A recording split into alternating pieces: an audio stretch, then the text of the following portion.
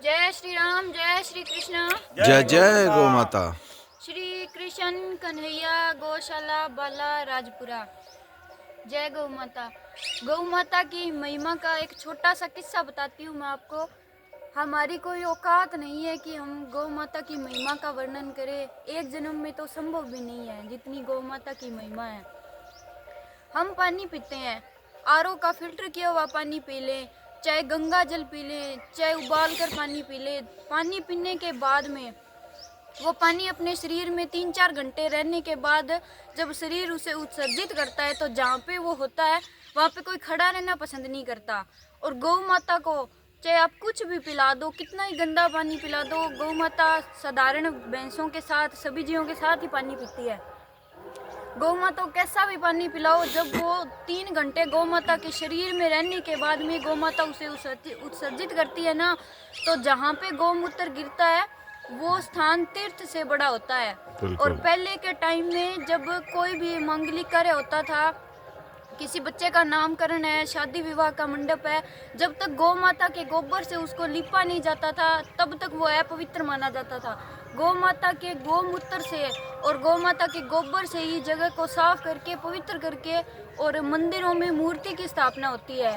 गौ माता के शरीर की ये महिमा है कि वो कुछ गंदा भी खा ले तो जब वो वापस देती है तो एकदम बेस्ट देती है। और अपने शरीर का इतना सा अस्तित्व है, गंगा जल पी के भी हम जब उसको छोड़ते हैं प्रकृति के लिए तो वो नुकसानदायक ही होता है। गौ माता की महिमा को हम एक जन्म में तो कभी नहीं बता सकते।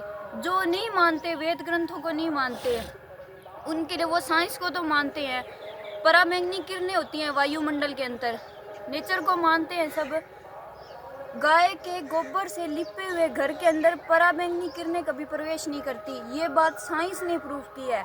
कोई वेद ग्रंथ नहीं मानता मत मानो, साइंस को तो मानते होंगे। साइंस ने ये बात प्रूफ की है। और गौ माता के जो गौमूत्र है उसके अंदर जो मिनरल्स होते हैं वो 108 बीमारियों को ठीक करने की पावर रखते हैं। गौ माता के गौमूत्र से दवाइयाँ बनती है। गौ माता की महिमा का क्या वर्णन करें, आप खुद समझदार है, खुद सोचना हमारा और गौ माता का क्या अस्तित्व है। भगवान ने इतने अवतार लिए थे धरती पे, लेकिन भगवान के मल और मूत्र की पूजा नहीं होती, गौ माता के मल और मूत्र की पूजा होती है। आप सोचना उनका हमारी ज़िंदगी में क्या स्थान है। और हमारी कोई औकात नहीं हम गौ माता की सेवा करें, हमारा परम सौभाग्य उन्होंने हमें अपनी सेवा करने का मौका दिया है। गौ माता हमेशा ये मौका बनाए रखना। आप गौ माँ से प्रार्थना करो वो आपको भी ये मौका दे और गौशाला में जरूर आया करो। जय गौ माता। बिल्कुल, जय जय गौ माता। देखो बहुत शानदार बात बता दी वास्तव में बिटिया ने, गौमूत्र का महत्व। और ये बात से साइंटिस्ट भी ये चीज मानती है। और साइंटिस्ट गौमूत्र के बारे में मतलब ये बताती है साइंटिस्ट।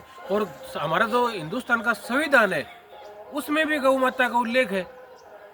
तो कहीं न कहीं जब पूरे हिंदुस्तान का जो संविधान लिखा है और संविधान में जो ये बात है और हमारे वेद ग्रंथों में ये बात है, तो कहीं न कहीं हम सबको ये चीज़ माननी चाहिए। वास्तव में गौमूत्र का बहुत बड़ा महत्व है कि पहले वाले सच बात है कि भी ऋषि मुनि जो भी होते थे जहाँ अपनी कोई पूजा पाठ करते थे वहाँ अपने ना गौमूत्र का छींटा मार के खड़े होते थे, मतलब अपनी जो शुरू करते थे कोई भी पूजा पाठ।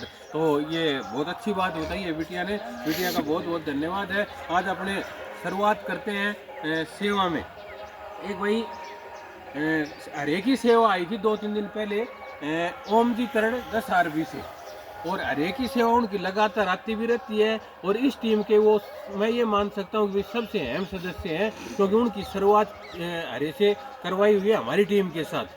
तो ओम जी तरण फिर हरे की सेवा दे के गए हैं 10 आरबी से। ओम जी आपका बहुत बहुत धन्यवाद।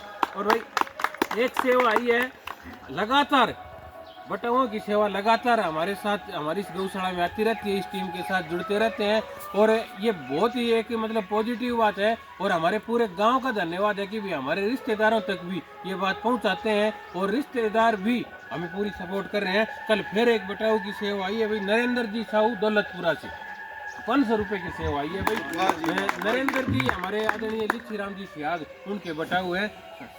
लिच्छी राम जी सियाग के जितने भी रिश्तेदार हैं सारा लगभग जितने भी बटाओ या कोई और भी रिश्तेदार सबकी सेवा समय समय पर जो भी कोई भी मतलब प्रोग्राम होता है जन्मदिन का या कोई भी जरूर आती है। लेकिन नरेंद्र जी ने कल कोई मतलब एक खुशी से घर में अपने सुख शांति के लिए और इस टीम के भाव को देख के 500 रुपये की सेवा भेजी है।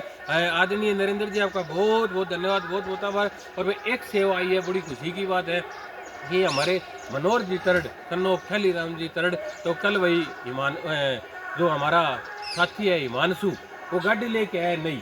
तो कहते ना कोई भी खुशी का अवसर, ये रोज की ये बात होती है, जब भी कोई भी इस गांव में, इस क्षेत्र में खुशी की बात होती है तो वो खुशी सबसे पहले गौशाला के साथ शेयर करते हैं। तो उन्होंने गाड़ी कल नई ली और लेते 1100 रुपये की सेवा भाई गौशाला में दी है। तो मनोहर जी और हिमांशु भाई, आपको बहुत बहुत बधाई हो, बहुत बहुत आपका धन्यवाद भी, बहुत बहुत शुक्रिया। आप लगातार ऐसे ही इस टीम के साथ, इस गौशाला के साथ जुड़ते रहें। हमारे आदरणीय, सबसे बड़ी बात यह होती है जब गाँव के बुजुर्ग, उनका आशीर्वाद मिल जाता है और बुजुर्ग समय समय पर मोटिवेशन भी देते रहते हैं, मार्गदर्शन भी करते रहते हैं ना, तो वास्तव में एक अलग तरह की ऊर्जा मिलती है। हमारे आदरणीय नानू राम जी भी आए हैं। वैसे लगातार देखो इस उम्र में 2-3 किलोमीटर स्पेशल गौशाला में जरूर आना होती, गर्मी होती सर्दी हो। अरे ये तो गोडा गलवा दिया तक होगा, ये तो जल्दी आ जाए, तो इनको भी बड़ा सही होगा गौशाला में, क्योंकि जब बुजुर्ग आते हैं तो उनको देख के एक अलग तरह से मतलब जो ये टीम काम कर रही है उनमें ऊर्जा मिलती है। तो आपको भी बहुत बहुत धन्यवाद है, ऐसे ही आप आशीर्वाद बनाए रखें। सबका धन्यवाद। जितने भी साथी हैं उनसे एक निवेदन है कि यार ये जब सुबह मतलब काम कर लेते हैं कोई दिक्कत नहीं आती, 2 4 5 साथी होते हैं, काम करने में कोई दिक्कत नहीं आती।